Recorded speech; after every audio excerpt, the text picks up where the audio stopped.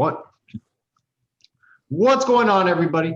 We got another segment of Miami Hurricanes football, Canes After Dark. Man, where do we begin? Once again, we're being very patient with this offseason looming upon us. We're not getting much feedback from Coach Manny Diaz regarding if there's going to be changes, if he's going to take over the defense, or if he's retaining the coaches he has on staff right now. We just got word about a couple of players will be joining the University of Miami. One is still pending. We'll see what happens there. A lot to talk about. Nesta's coming back. Jonathan Ford. Ross, where do we begin with all this news going around the program? Yeah, man. I mean, quite a bit of buzz lately, huh? And it's kind of cool, you know. I mean, we seem to be really great at kicking butt in the off season, and that has its ups and its downs. I mean, that gets the fan base hype, but if you don't fulfill that ultimately, of course, it's a letdown. But I mean, hey, this is what you got to do now this day and age. You got to get that hype going pretty much all year long if you want to be a reputable team. I'm happy with the moves we've made. I love the T-Rob move. I just think that's absolutely fantastic. You know, it's the defensive line and the possible DC switch still. That's where I got my attention on right now quite a bit. That's such a vital spot for us. We know how important the defensive line is for University of Miami defense. And we got to bring in a guy that's really going to match what Diaz wants to do and have everybody on the same page. Max, man, what are you hearing with all this kind of stuff, bro? I feel like everything that's out there right now is just a guess. I don't think anybody knows what's happening. You have Andrew Ivins recording his podcast with David Lake yesterday, saying that he doesn't believe Charleston Rambo is even considering coming to Miami, or the staff is not considering him. And within 30 minutes to an hour of that podcast being published, he's a Miami Hurricane. And we're getting the same kind of feel with the staff. There's all these rumors about Kevin Steele, and then a little long, and then talking about Chris Wilson and all these other D-line coaches, and nothing has been made. You know, no decisions have been made, and people keep retracting their statements on Baker and Packey. So at this point, anything that I hear, I'm taking it with a grain of salt. I'm waiting for official news at this point. How about you? I think that's how Manny likes it, right? I think we kind of had the same situation with Dino's on or Dan Enos, I should say, on the outset last year. We were kind of in limbo. Everyone was assuming, I think it's going to be Applewhite, maybe T. Martin. There's a lot of back and forth. There are a lot of names just thrown out there. I think really to throw insiders, quote unquote, off the scent to kind of make that splash. Manny is very much like the recruits. I mean, the recruits like to have their time in the sun. They want to make a surprise, break the internet, as they like to say. And Manny really does enjoy that hype, that big explosive announcement. So I feel like that kind of goes with what we saw last year, just trying to keep everyone on their heels so that when they do finally make the announcements, everyone's going to be pretty surprised and hopefully in a good mood afterwards. Yeah, I'm very curious what we do moving forward. You know, people have brought out Manny Diaz taking over the defense. You know, Steven, would you be satisfied if Manny Diaz states to the press, to all the Canes fans out there, I will be calling the shots now as defensive coordinator? I don't think it's the worst thing. I think there's two ways to look at it, right? We all respect his defense. We know that when he came in here with Mark Richt, he blew the lid off, right? We enjoyed what we saw in 2016, the progressions in 2017, and we know that he's a capable, if not excellent, defensive coordinator. With that said, when you're the head coach, people want to see you be more of a CEO. They want to see your ability to let others lead while making sure everything is being done right. So with that said, if he did come out and say that, that would make a few people upset. I mean, me partially, because I do want to see him have more of that overseeing situation and bring in a coordinator that can really bring more discipline. I feel like Manny is a great coach, but there's something lacking on the defense, and I think it's discipline. A guy like a Chris Wilson, a Charlie Strong, who's a long shot, but just throwing his name up there because he is a disciplined coach. I think that's where we need to go. I don't think Manny really has the opportunity to put that much into it, and Baker just doesn't seem to have the defense under wraps. So. No, I think that was very well said. I think we know what we're getting with Manny Diaz as a defensive coordinator. Like you stated, it's not the worst thing in the world. I think that's not a bad transition whatsoever.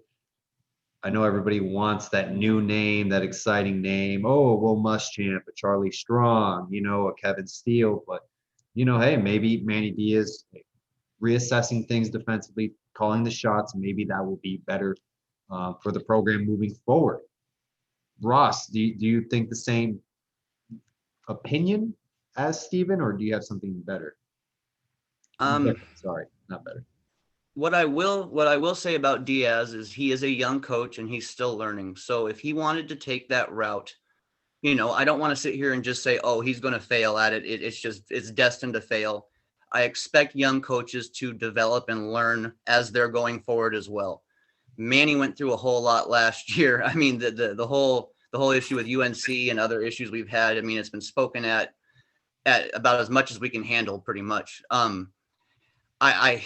I would like to see somebody brought in that might be able to at least help Manny assist this defense into the new age, especially when it comes to how we want to handle our coverage from front to back. I mean, just having secondary coaches doesn't mean that you've taken care of all of your past coverage issues. There's things you got to worry about front to back.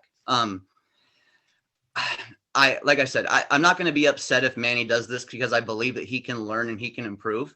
But yeah, like I said, man, I'd really like to have somebody come in with some fresh ideas, maybe some things that Diaz himself hasn't even think of, and somebody that Manny can bounce ideas off of. I don't think that Diaz is the best football mind for Manny to be bouncing ideas off of and getting feedback from. So if he had somebody in there that was a little more proven and a little more, I guess proven actually is the only thing I could say, a little more proven, he'd actually be able to make his job a lot easier in the long run too. Great point. Manny Diaz is not, the best defensive coordinator in college football. Eric Bieniemy, for example, great OC in the NFL, led the Kansas City Chiefs to a Super Bowl. What he did with Pat Mahomes, Cliff Kingsbury, another great offensive coordinator. I mean, the guy offered Baker Mayfield a spot when nobody even knew who Baker Mayfield was. He had Pat Mahomes on his roster. I think even Kyler Murray was committed to Texas Tech. I could be wrong on that. Could be completely wrong regarding that.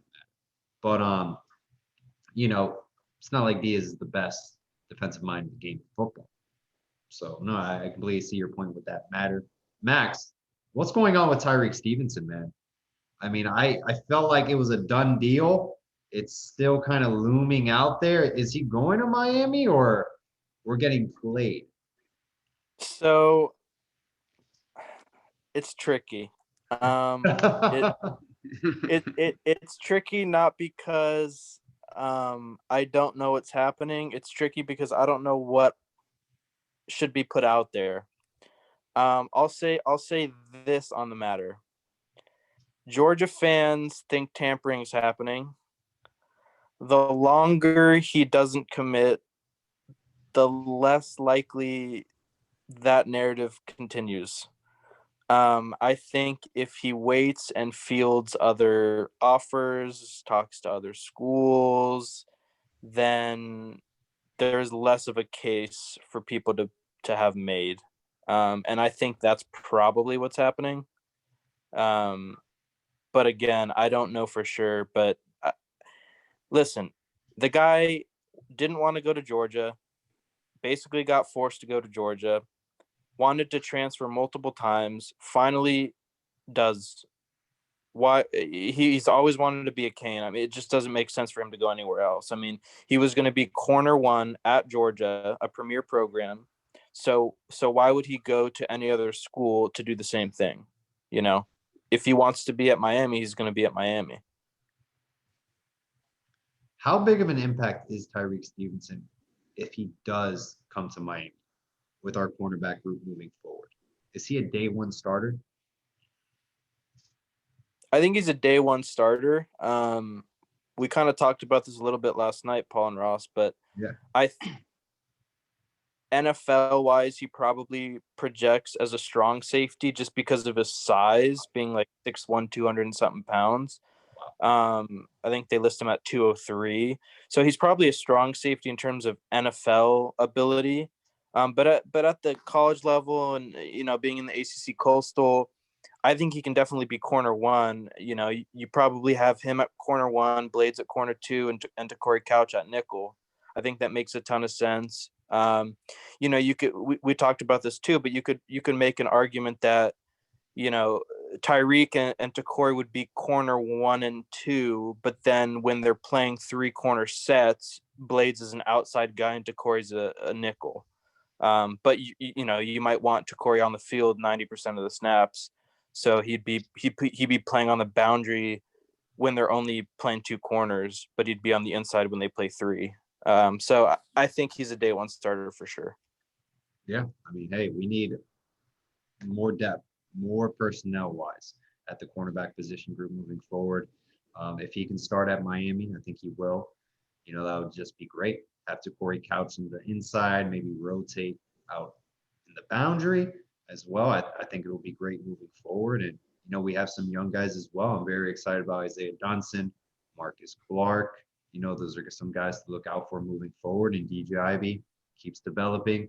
The development with our new defensive backs coach, Travaris Robinson. I'm very excited for the future. I think we can fix our pass coverage issues in our secondary, hopefully moving forward. Steven, what do you think is the bigger transfer coming into the program, impact-wise? DeAndre Johnson or Charleston Rambo? That's an excellent question. I think if you look at what both of those players bring and what they would have brought if they were on the team last year, Johnson probably shores up more of your interior rush as it pertains to the second level, because he does project as a tweener, as a stand-up linebacker in the NFL, hand in the dirt in college. So I think he'd give you more versatility on the edge, a little more depth. When you talk about a Rambo, that's someone that probably wins you 1 or 2 games.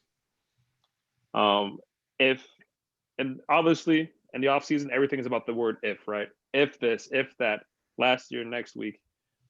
If Rambo is starting in front of Wiggins against Oklahoma State, there's one play that everyone can point to where Wiggins comes off of that screen and the ball is right in his basket, runs for a touchdown, drops it. We lose by 3, I believe 3 or 4. If that's Rambo, more than likely he makes that play. He's also a little more aggressive. He uses his hands a lot more. He gives the quarterback more room for error. I think the guy's a playmaker. I think he's an impact player. When you put him on the field with a Harley, along with a Keyshawn Smith, if in a Forrest set, put those 3 out there with a Peyton or a Redding. I mean, that's dynamite. He's an impact player. If we have him last year, we probably have 1 extra win, maybe 2. So I think he's a big guy, big time player. Steven, I think when you mentioned Charleston Rambo can win you 1 or 2 games, I think my eyes lit up. That literally kind of brought me back to thinking Miami hasn't had a game-changing X-factor wide receiver since Amon Richards, in my opinion. That could literally change the outcome of a football game. A go-to wide receiver where the defense knows the ball's going to him and they just can't stop him. And I think that's what Miami's been missing offensively. And I think this is going to be an outstanding compliment with Mike Harley, because I think he's going to have a great last year of college football. I really do. I think we're seeing Mike Harley blossom into the player he was always supposed to be with this offense with Rhett Lashley. Charleston Rambo, Mike Harley on the outside. Will Mallory as your tight end. Those are 3 targets. If I'm an offense, I am extremely worried about moving forward. I think if De'Ara King's ready to go, we can have a lot of fun offensively. I really do. So I think Charleston Rambo for me is a huge factor, because our defensive line guys, it always does well, under this Manny Diaz defense during his time in Miami per se. Whoever we bring in at defensive line coach, we're going to develop. I'm not worried about that. But having that X factor wide receiver, like Steven said, to win you some football games, That's what Miami needs. Ross, how do you feel about Charleston Rambo? I love it, man. I mean, we needed consistency at wide receiver. To me, I mean, it was even almost more important than, say, bringing in a big playmaker or anything like that. I felt consistency was huge. We saw what KJ Osborne did for us, and I believe Rambo can do some very similar things. I'll say what stood out to me the most when I started watching Rambo was, and I absolutely loved it because it's what our wide receivers don't do. He goes and he attacks the ball when it's in the air. He actually goes out and he fights to get the ball. He gets his hands on it, doesn't wait for it to get to his body all the time. He's also pretty darn good at high pointing the ball as well, which is something we haven't had in a long time. I mean, Wiggins was kind of supposed to do that for us. We know he can't do that consistently.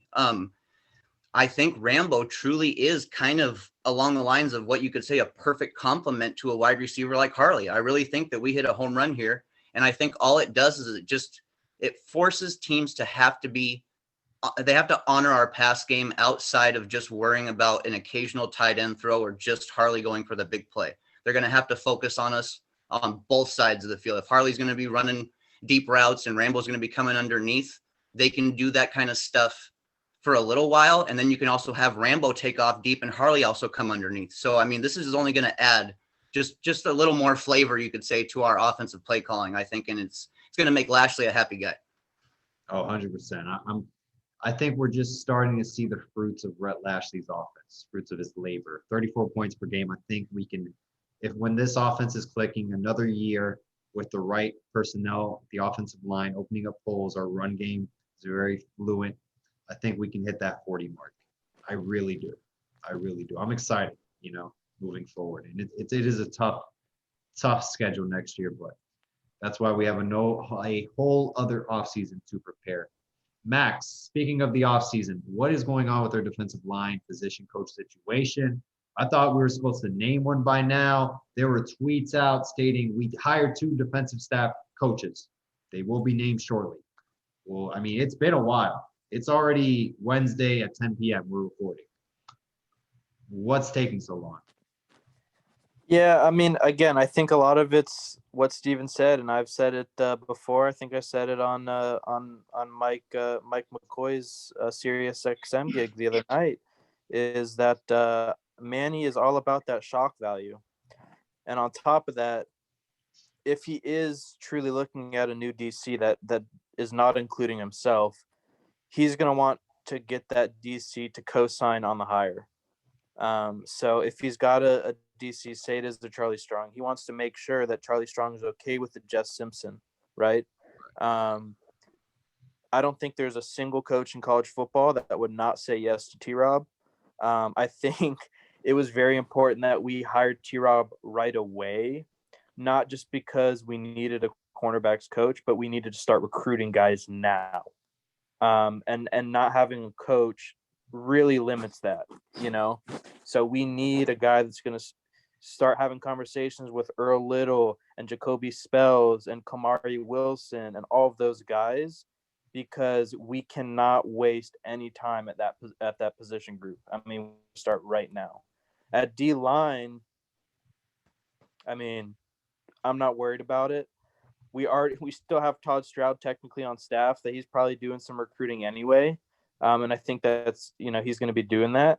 But I think if Manny is truly trying to get a DC, which I don't know, that could be why there's a delay. And another thing, like if Jess Simpson is like your worst case scenario at D-line coach, that's a pretty damn good list. Because a lot of people are saying, okay, well, Chris Wilson and Charlie Partridge are like the top 2 guys. Well, if the consolation prize is Jess Simpson, I'm very happy. I mean, that is like Partridge and Chris Wilson, I would grade out at like an A+ higher. But when you go down to Jess Simpson, it's like an A-. It's like who cares? They say he's not a great recruiter, but look at the class he got. I mean, we talked about it before he went on air. He got Jared Harrison Hunt, Jafari Harvey, Cam Williams, Jalar Hawley, and Jason Blissett. I mean, that's an elite class at D-line. Elite. And I think it's not a bad fit at all. Clearly, he's been here before. He got 2 years of experience coaching in the NFL. He got to coach Grady Jarrett, one of the best D linemen in the NFL. So he's bringing more knowledge than he had before he was, when he was here previously. Yeah, Jared Harrison Hunt was a steal. I mean, we got him out of New York. He was a 3-star recruit. I mean, this kid was tremendous under the radar player. He was a basketball player in high school. I mean, it's just been a recipe for success. So, Jabari Harvey as well, profile wise, and his measurements, his physicality, I think he can be a star at the next level. I really do. So I think those were two great names that Max mentioned that really can have a huge impact at the next level. Steven, who is your ideal candidate to run the defensive line? Chris Wilson. It really is a home run hire.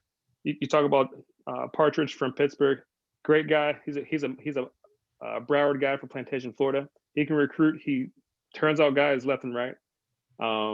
You look at Wilson. He does the same thing. His stops at USC, his stops at South Carolina. The guy recruits studs. I'm talking. He has 3 to 4 or 5 stars on his record. The guy knows how to get it done. And the biggest thing is, outside of his Super Bowl ring as a coach for the Eagles in 2017, coaching their defensive line, the guy knows Manny's defense. He worked with Manny. He followed up his defense at Mississippi State. So he's a home run in my opinion. He does it all. He'll blend well with Manny because they worked well together before. I don't think there's a better choice than Wilson. Now, Steven, there were some reports that he may be the lead candidate to be the defensive coordinator at Colorado. Do you think Miami is still in the mix with Chris Wilson, or do you think there's a more realistic candidate out there? I think with Wilson, it comes down to if they're willing to give him the DC role. I think that is what it is. Ideally, in his mind, more than likely, because he did have a run at Colorado. I believe one of his kids went to Colorado, so he has roots there. So to get him out of there, you're going to have to give him the DC role. So that may be why he hasn't accepted Colorado's yet, and he's still a name for us. Now, if he does go, I think Partridge is kind of long shot at this point too. So to Max's point, Jeff Simpson's your guy. I mean, he can recruit, great personality, excellent with the kids. He has a background with and Buford as being such a developer, a winner through and through. So if you can't get Wilson, Simpson is definitely more than a consolation prize. Yeah, no, 100%. Now, people are stating, I think Dan Quinn, was he named defensive coordinator for the Dallas Cowboys?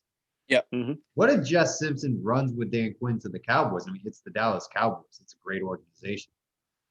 I mean, the history says it for itself, whether you love them or you hate them. Yeah, it's possible. I mean, I think he likes the East Coast because he's a big time family guy. I think he has 2 or 3 kids that are still in the Georgia area. Not to say that he can't just hop a plane from Dallas to Georgia and see the family, but it may be a simpler process to come down to Miami. There are rumors out there that his wife wasn't a fan of South Florida, but at the same time, I think it's an opportunity. If he doesn't go to Dallas with Quinn, I think Miami's just the logical choice. All right, we'll see what happens regarding that matter. Ross, what do you think is going to happen, man? I mean, look, there's a lot of names out there. Will Muschamp, Charlie Strong, Charlie Partridge is another name. I mean, people even said, hey, well, Chris Wilson, named him defensive coordinator at Miami. He was the DC, like Steven said, at Mississippi State. So what do you think is going to happen, play out, in your realistic head, Well, the one thing I will definitely say is, I mean, just look at the names we're bringing up here, guys. We're talking about some of the best of the best. So it's fantastic that we're even able to do that. So I just wanted to kind of point that out. I mean, a backup plan is Jeff Simpson is a lot of schools' dream guy to have on the defensive line. They've never had a guy of his caliber. So I will add that, that's pretty nice that we can do that.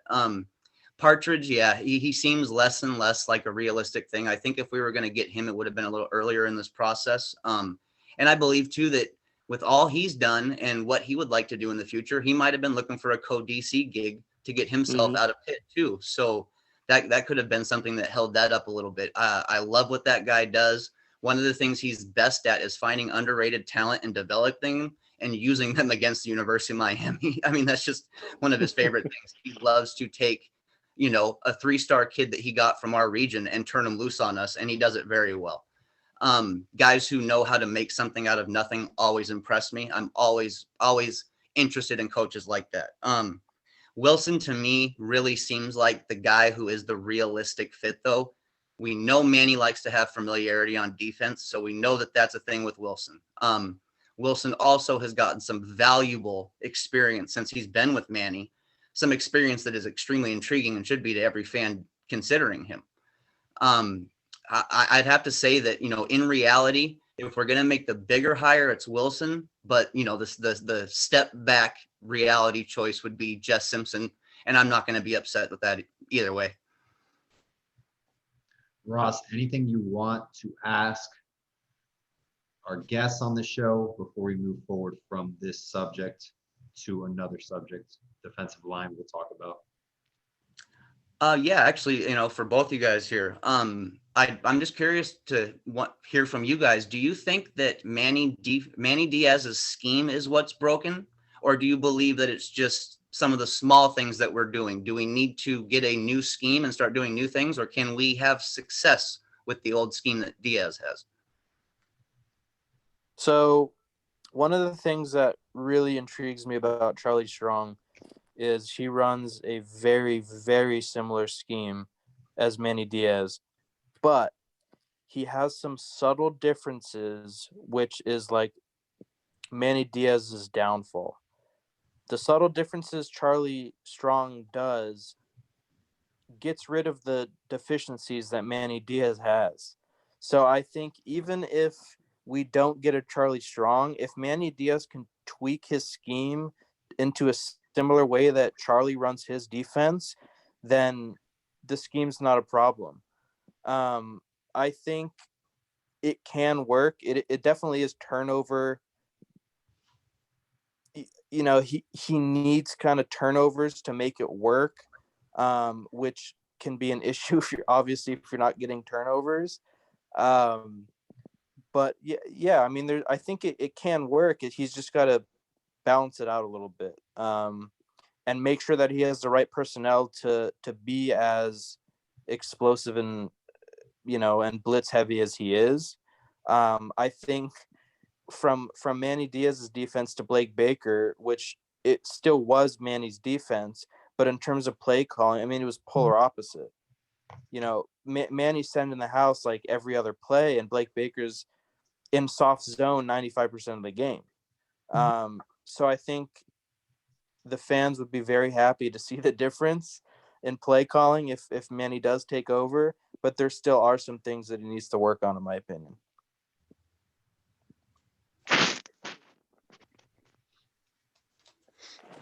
Sorry about that. Had a little 7-year-old come in and say, "Hey, Dad, what's going on?" Good night, sweetie. So, and as it pertains to the defense, I definitely, when Manny came in, I saw it similar to the Pittsburgh Steelers mentality. I'm from Pittsburgh, so a lot of things get compared to the Steelers in my mind. Very much attack heavy, very very heavy in the front seven.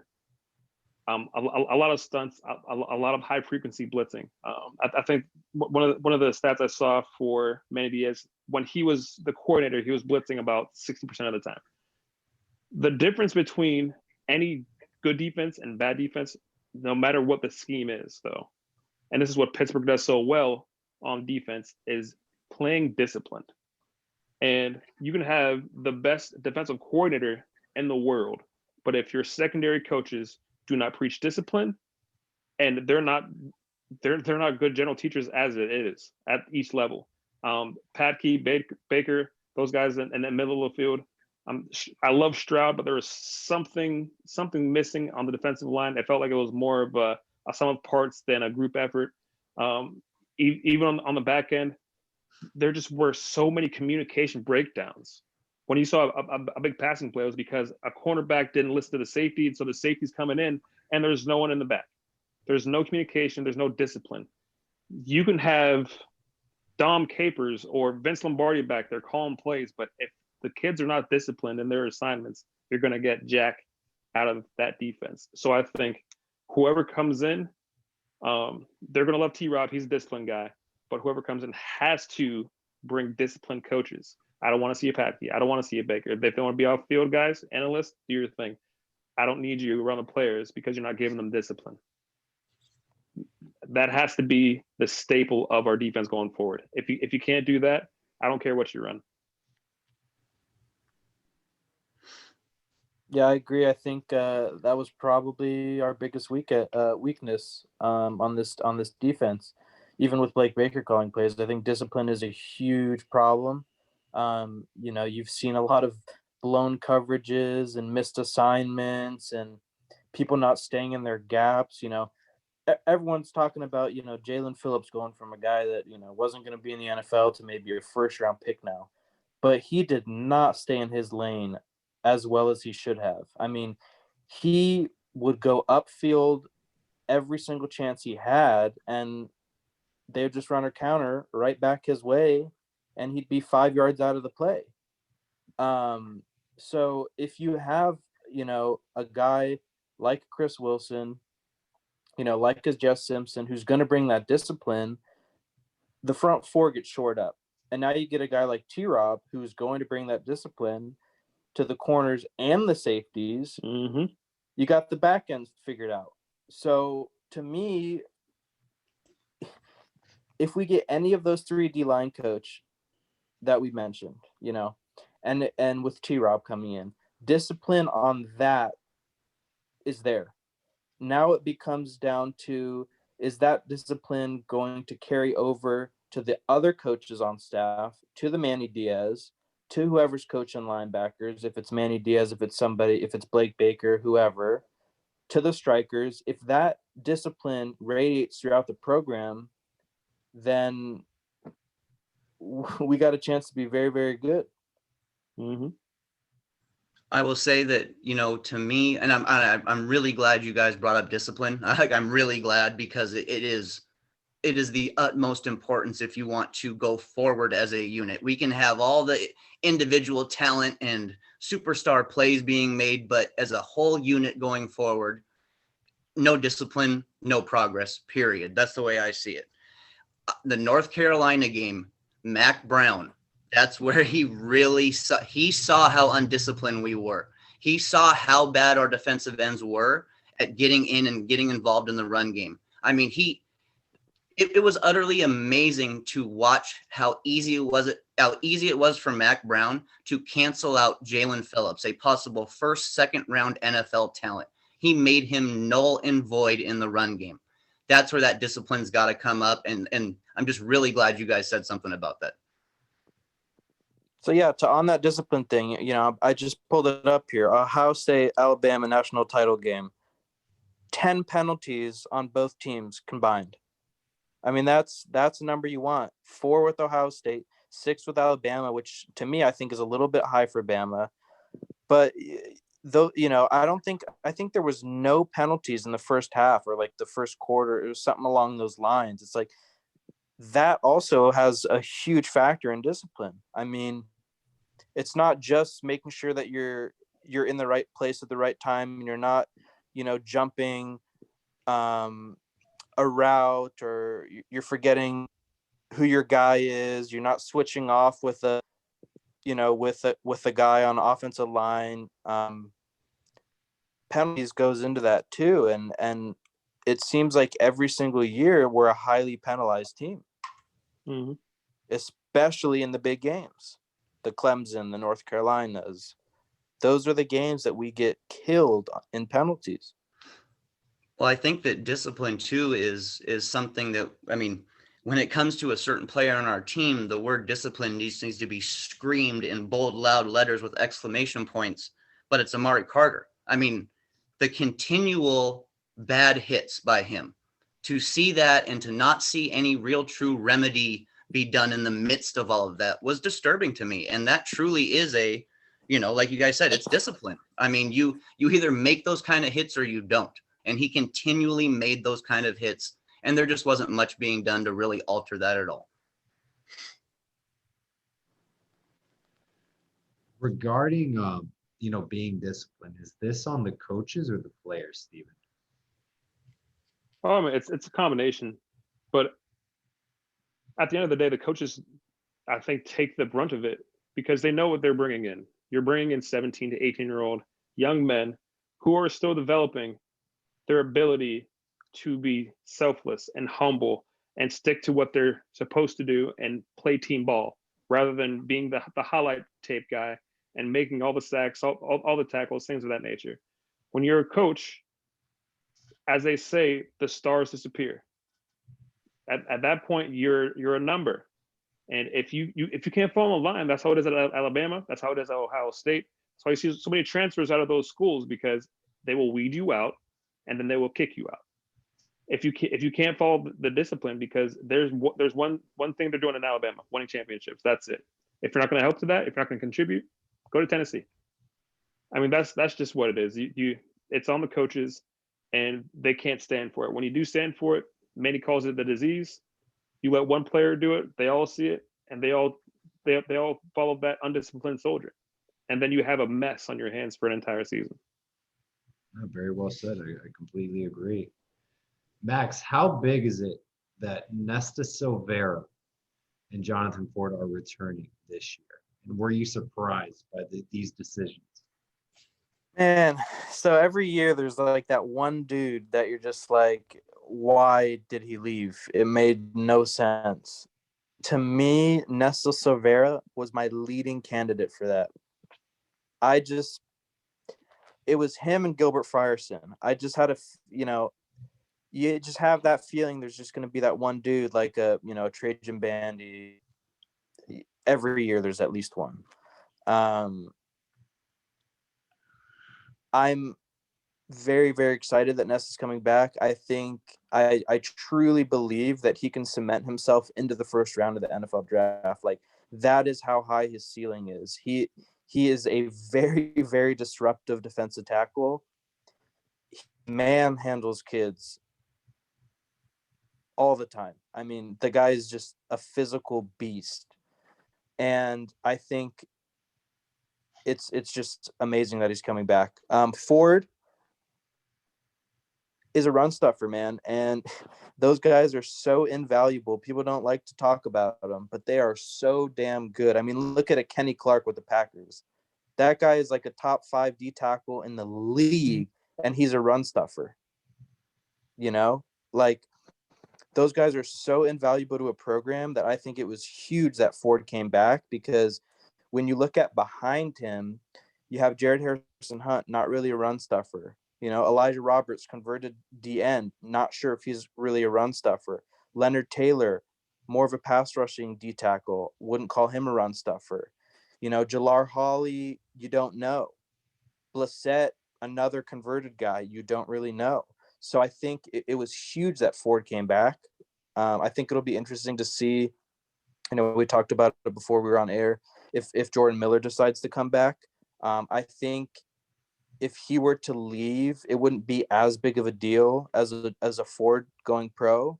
If he were to transfer, but I think it would actually have a decent impact, because again, he's an invaluable run stuffer.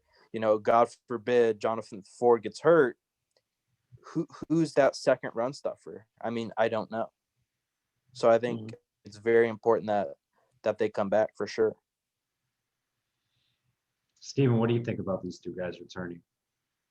I love it. I mean, I think when we think about what the coaches want to do on defense, they love to rotate the guys. And at the defensive tackle spot, especially when you have younger people that you're bringing in, LT, he'll be excellent. He's going to get his snaps, but at the same time, he's going to make mistakes. And if you're depending too much on younger players, and I say too much because I think some young players deserve to play the entire season, some are just special. But at the same time, you want to have someone to spell them that knows everything, and that's just in the game. I think at the end of the season, you'll have the LTs, the Hunts. They're going to be the guys. They're going to be in the game 70%, 80% of the time. Off the field, having Ford come back means so much off the field because he's a senior. He probably has the playbook tattooed on his arm. He knows it so well that I'm sure the guy knows everything to know about this defense, and that's super big in situations where the coaches can only be around the players so many hours per week. So when it's time for those young kids to get in the book, to look at film, they can sit down with a John Ford and say, okay, big guy, you've been here for 4 years.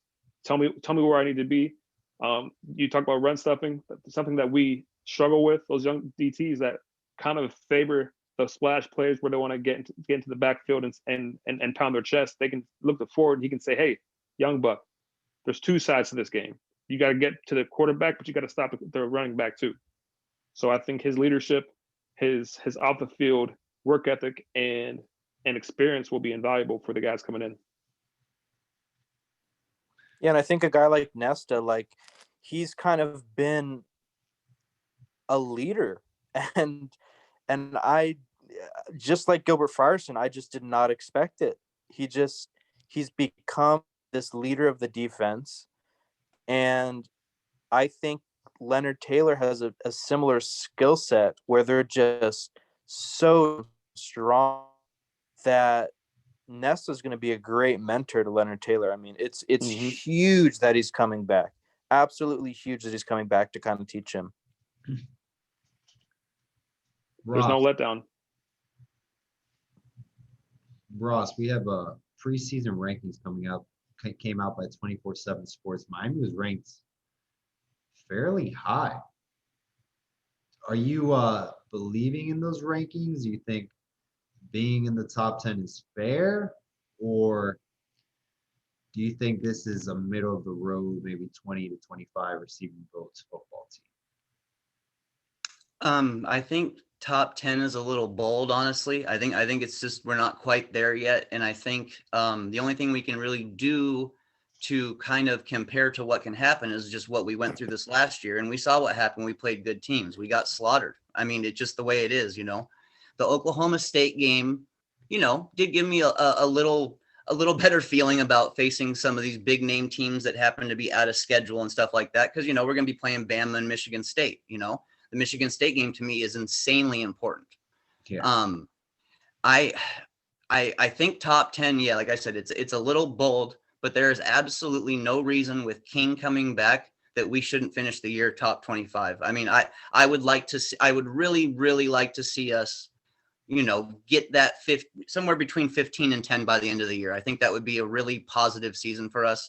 And if we can get, you know, a big win, and if we can do something like we can completely show that last year's game versus North Carolina wasn't what we were going to be all about, and we can beat North Carolina, we can get into that kind of position, I think. Yeah. I think beating North Carolina would be a great win. I was actually just thinking about that while we were recording. How big of a win would it be, you know, to beat Mac Brown in Chapel Hill against Sam Howell? They're also bringing in Tennessee's leading rusher, Ty Chandler. Hopefully we can stop the run. We'll see what happens moving forward. I'm very curious about next year. I really am. I know we have the right personnel, you know, to be 8-4, 9-3. Now that 10-2 mark, 11-1 mark, you know, that's the difference makers. You know, do you have those difference makers offensively? Your big time recruits coming in, James Williams, Leonard Taylor, are they going to make an instant impact? I don't know. You know, so we'll see. Are we going to land Tyrique Stevenson? There's a lot of question marks. Who's going to be running our defense? You know, so for me personally, I got to see it to believe it with all these question marks at hand. Michigan State game is huge, very big. We win that game, I think we're rolling. I really do. We beat North Carolina as well. I think we have a very good season on our hands. Alabama, it's Alabama, guys. I mean, what can I say? That's going to be a tough game, you know, moving forward. But we'll see what happens. Ross, anything else you want to add? You know, I guess I hope we really finish this off well. I hope all these moves and the defensive line coach and whatever we do at defensive coordinator, I really hope it all works out well for us. And I think we all do. It's a lot on Manny Diaz's plate right now. We had a semi-successful season. So when you have a semi-successful season, you need to follow it up with a bona fide successful season. He's not, you know, it's not like he's on contract for 10 years or anything like that. He's got next year and the year after that to really show his worth. And I think for the sake of the team and for the sake of Manny Diaz's job alone, if he decides to take that CEO route, bring in a bona fide DC that he can trust, because that's the whole thing, is you got to trust your coordinators and your hires. bring in a guy that he can trust, and just like you said, kind of just oversee the entire thing. I think it benefits the University of Miami, and I think it benefits Manny Diaz for the future of his job as a head coach. Max, what are your staff predictions this offseason? Predictions or wants? Prediction. Manny Diaz is the defensive coordinator, and Jess Simpson is the D-line coach, and Manny Diaz or Blake Baker is the linebackers coach, and Pat Key is special teams with maybe striker, and either DVD or Telly Lockett will be on the defensive staff in some capacity. Whether it's Telly Lockett on strikers or special teams, or DVD as the assistant defensive backs coach. How about you, Steven? I'm gonna say Wilson is the guy for DC. He comes in, takes in DC DL.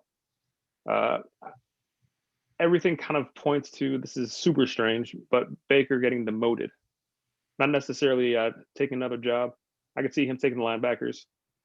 DVD for sure is going to be the quasi cornerbacks coach. He'll essentially be there to be more of a recruiting force and learn under T-Rob, who may have a limited stay because he's a big name. And I'm hoping that Patke takes another position, as I like to say, in the coaching ranks, and gives that up to Telly. But you know what? Screw it. Let's say Telly in that spot. I think that's the best way to go. If you really want to make an impact this year, it's make or break for Manny. I think this is the season that either writes his legacy or writes him off. So I think get the best recruiting staff you can with some good teachers there, and go for gold. How about you, Ross? I agree with Steven when it comes to the defensive line stuff. I think Chris Wilson just is kind of the perfect fit, and he kind of just the reality of the situation, knowing what we know out of Diaz, knowing he likes the familiarity. I think Diaz would more than likely like to go with Wilson no matter what. I personally, I don't see Blake Baker really changing anything at all. If anything, he might lose some of his duties, and he might not be the guy that they depend on necessarily as our defensive coordinator or whatever you want to say. But I think he continues with the title defensive coordinator. And my hope is that, a couple of responsibilities are taken from him and he can focus more on his linebacker unit. But I don't know if I've ever seen a defensive coordinator take a demotion on a team from defensive coordinator to position coach. Maybe I'm wrong. I can't remember off the top of my head. But, that's where I think that Diaz being buddies with Baker is where Baker could keep that DC title, even if he's really the DC or not.